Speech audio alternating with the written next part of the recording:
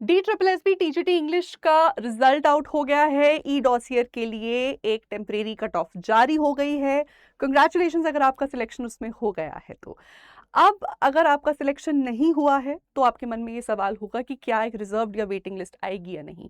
अगर आपका सिलेक्शन हो चुका है देन आपके मन में डाउट होगा ई डॉसियर को लेकर, ये क्या है और ये कैसे होगा, मैं प्रेफरेंसेस कैसे भरूंगा, प्रेफरेंसेस भरनी क्यों होती हैं, एंड प्लस अगर मेरा किसी कैंडिडेट के साथ मार्क्स में टाई आ जाता है तो टाई ब्रेक कैसे होगा। सो इन सभी सवालों के जवाब मैं इस सेशन में देने वाली हूँ। एंड मोस्ट इंपॉर्टेंट क्वेश्चन रहेगा टाई ब्रेकिंग को लेकर, बिकॉज अब मुद्दा ये है कि अगर गिवन नंबर ऑफ कैंडिडेट्स हैं and given number of selections हो चुके हैं तो वो टाई ब्रेक कैसे करेंगे। देखिए मुद्दा क्या है, ओरिजिनली जब ये वैकेंसीज आई थी, टोटल नंबर ऑफ वैकेंसीज थी मात्र 803, जिसमें से कि directorate of education male vacancy थी 413, डीओई फीमेल वैकेंसी थी 379 and NDMC municipal corporation vacancy थी 11। Total number of e dossier selections हुए हैं हमारे पास 1545, which is approximately double the number.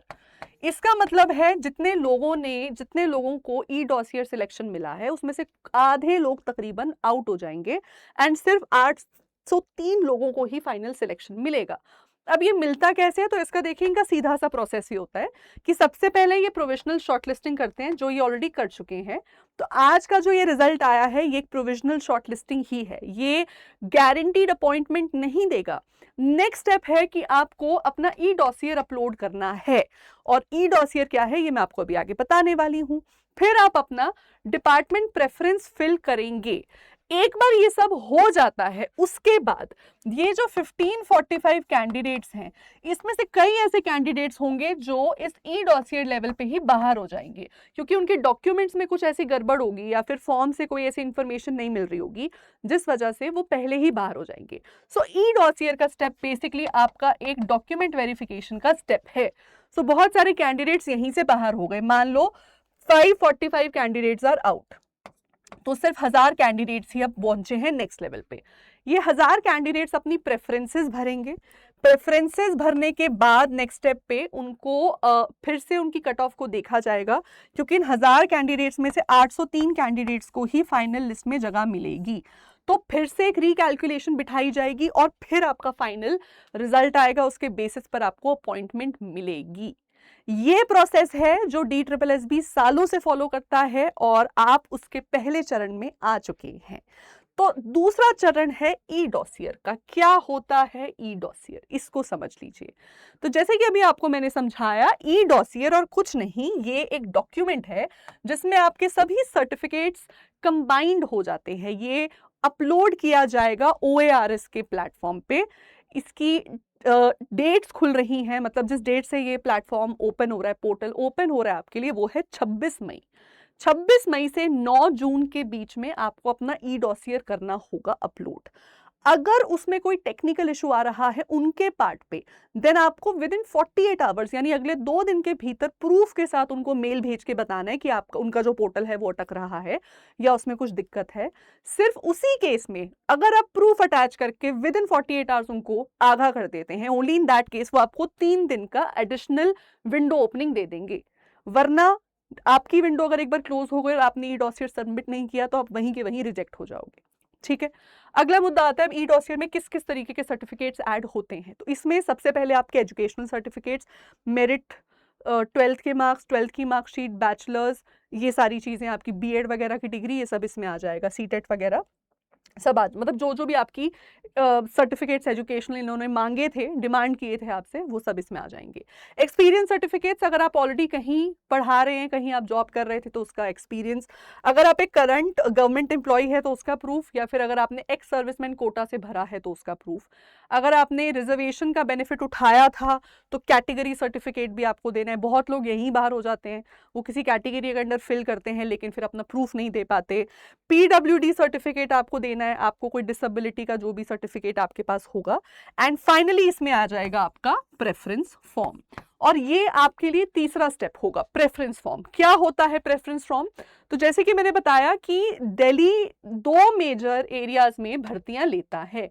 एक तो डायरेक्टोरेट ऑफ एजुकेशन के अंडर इसके स्कूल्स चलते हैं, दूसरा इनका एनडीएमसी जो म्युनिसिपल कॉर्पोरेशन के अंडर इनके स्कूल्स चल रहे हैं। अब इन्होंने अपनी मेल कैटेगरी की वैकेंसीज दोनों में ही निकाली थी, ठीक है। 11 पोस्ट एनडीएमसी के अंडर थी और 413 पोस्ट इनकी डीओई के अंडर थी। तो मेल कैंडिडेट्स को ये मौका, यहाँ ये बेसिकली ये उनके सामने एक प्रेफरेंस आएगी कि आपको कहाँ जाना है। तो सबसे बड़ा क्वेश्चन अब यहाँ पर ये है कि क्या यहाँ पे कोई गलती हो गई तो आप उसको बाद में बदल सकते हो? तो नहीं। साफ स्पष्ट भाषा में उन्होंने अपनी नोटिस में लिखा है कि ये एक इरिवर्सिबल डिसीजन है। अगर आपने एक बार डीओई चूज कर लिया और फॉर्म फिल कर दिया तो आप हमेशा हमेशा के लिए डीओई के लिए ही एलिजिबल हो जाओगे, आप एनडीएमसी में चेंज नहीं कर सकते। दूसरा, ये एक ऑनलाइन प्रोसेस है, आप चिट्ठी के थ्रू, मेल के थ्रू उनको प्रेफरेंस भेजोगे, नहीं माना जाएगा। ये पूरा प्रोसेस ऑनलाइन हो रहा है और उसी को मान्यता मिलेगी। तीसरा, ये एक परमानेंट इशू बन सकता है अगर रॉन्ग प्रेफरेंस भर दी तो। प्रेफरेंस फॉर्म भरना भूल गए तो आप पहले ही रिजेक्टेड हो जाओगे, और रॉन्ग प्रेफरेंस भर गई तो वो एक परमानेंट इशू क्रिएट कर देगा। तो प्रेफरेंस फॉर्म जरूर भरिएगा मेल्स, और ध्यान से भरिएगा, बिकॉज एक परमानेंट मैटर आपके लिए होने वाला है। आप एनडीएमसी चूज करते हैं या डीओई चूज करते हैं। फीमेल्स में ये ऑप्शन नहीं आ रहा होगा क्योंकि फीमेल्स में सिर्फ डीओई की ही पोस्ट रिलीज की गई थी। अब आ जाते हैं सबसे जरूरी मुद्दे पे कि वेटिंग लिस्ट होगी या नहीं होगी। मेरी एक बहुत ही अच्छी स्टूडेंट है और वो कुछ 0.0 समथिंग मार्क्स से वो मेरिट में आने से रह गई। उसके मार्क्स बहुत अच्छे हैं, अनरिजर्व कैटेगरी से हैं। वो बेचारी लिटरली 0.0 से रह गई, और वो उसका मुझे यही सवाल था कि मैम क्या कुछ ऑप्शन है, क्या कोई चांस है, क्या कोई वेटिंग लिस्ट है या नहीं है? तो देखिए, 2 चीज़ें हैं। पहली बात तो ये कि वेटिंग लिस्ट नहीं आएगी, लेकिन फाइनल रिजल्ट के बाद, ये उन्होंने एक लिखा हुआ है उसमें। तो इसका क्या मतलब है, इसकी इंटरप्रिटेशन मुझे क्या समझ आ रही है मैं बता देती हूँ। शॉर्ट लिस्टिंग में उन्होंने ऐसा कुछ मेंशन नहीं किया है, फाइनल रिजल्ट के बारे में उन्होंने बात की है। तो ऐसे में जनरली क्या, टेक्निकली क्या होना चाहिए कि जब उन्होंने अभी शॉर्टलिस्ट अपने निकालनी है, पोस्ट बहुत सारी थी, हो सकता है कि प्रेफरेंस बेसिस पर, कैटेगरी बेसिस पर और डीवी के बाद जितनी पोस्ट वो भरना चाह रहे हैं 803, उतनी पोस्ट भर ही ना पाए। तो ऐसे में अगर वो चाहें तो वो वेटिंग या रिजर्व लिस्ट क्रिएट कर सकते हैं, लेकिन नॉर्मली वो ऐसा करते नहीं है। वो नॉर्मली अपने फाइनल रिजल्ट को देख के वो जो वेकेंट पोस्ट हैं उसको आगे किसी दूसरी वैकेंसी में कवर अप कर लेते हैं। तो हम बहुत सेशंस भी करते हैं इस चैनल पे जहाँ पे हम आपको बता रहे होते हैं कि पिछली वो पोस्ट जो वेकेंट रह गई थी उनको भी इस बार ऐड किया जाएगा और फिर नई बम्पर वैकेंसी आएगी। तो जनरली ऐसा ही होता है। तो अभी के लिए मैं आपको कोई फॉल्स होप्स नहीं देना चाहती, तो प्लीज़ नोट कर लो, फिलहाल के लिए हमारे पास कोई रिजर्व लिस्ट नहीं है, कोई वेटिंग लिस्ट नहीं है, जो है यही है। अगर इस बार नहीं हो पाया देन टेंशन की बात नहीं है, बहुत ही जल्दी हम नई वैकेंसीज भी एक्सपेक्ट कर रहे हैं, तो आप उसके लिए भरिएगा। एंड आई एम श्योर जितने लोगों ने 2024 में DSSB का एग्जाम दिया होगा, उन्होंने 2024-25 में हुए दूसरे सेंट्रल लेवल के एग्जाम्स भी भरे होंगे, जैसे कि NBS, KVS, EMRS। So all the best for that, looking forward for greater and better results. ये कुछ मोस्ट इंपॉर्टेंट डाउट्स जो मेरे सामने आए थे मैंने इनको कवर कर दिया है। 803 वैकेंसी के लिए उन्होंने 1545 कैंडिडेट शॉर्टलिस्ट कर दिए हैं। तो इसकी गेम क्या थी ये मैंने आपको यहाँ समझा दी है, प्लस आपके सभी डाउट्स आंसर कर दिए हैं।